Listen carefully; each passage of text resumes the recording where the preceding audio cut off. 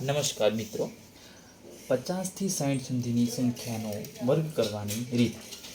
50 અને 60ની વચ્ચે કોઈ પણ સંખ્યા હોય એ 51થી મળી અને છેક 59 સુધી કોઈ પણ સંખ્યા હોય તેનો વર્ગ કરવાની સુંદર અને સરળ આ રીત છે, જેમાં તમારે કોઈ પણ સંખ્યાનો વર્ગ કરવો હોય એના માટે સૌપ્રથમ ધારો કે 56 છે તો 56નો વર્ગ કરવો છે તો એના માટે તમારે પાછળવાળી સંખ્યાનો તમારે વર્ગ કરવાનો છે. એ વર્ગ સીધો મૂકી દેવાનો, જેમ કે 6 અને 6નો વર્ગ થાય છે 36. એવી રીતે આગળ જે સંખ્યા છે એનો તમારે વર્ગ કરવાનો છે અને વર્ગ કરી અને પાછળ જે સંખ્યા રહેલી છે એ પાછળવાળી સંખ્યાને તમારે શું કરવાની છે, ઉમેરી દેવાની છે, જે પાછળ હોય છે તે.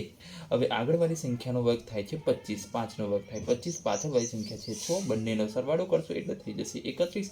આ 31 અહીંયા મૂકો એટલે 3136 એ તમારો જવાબ થઈ ગયો છે. આવી જ રીતે ધારો કે તમારે 57નો વર્ગ કરવો છે તો 57નો વર્ગ કરવા માટેની એકદમ સિમ્પલ રીત થઈ ગઈ કે પાછળવાળી સંખ્યાનો તમારે વર્ગ કરવાનો છે. 7નો વર્ગ થાય છે 49. હવે આગળવાળી સંખ્યાનો વર્ગ કરીએ અને એમાં પાછળવાળી સંખ્યા આપણે ઉમેરવાની છે, તો એમાં પણ જોઈ લઈએ.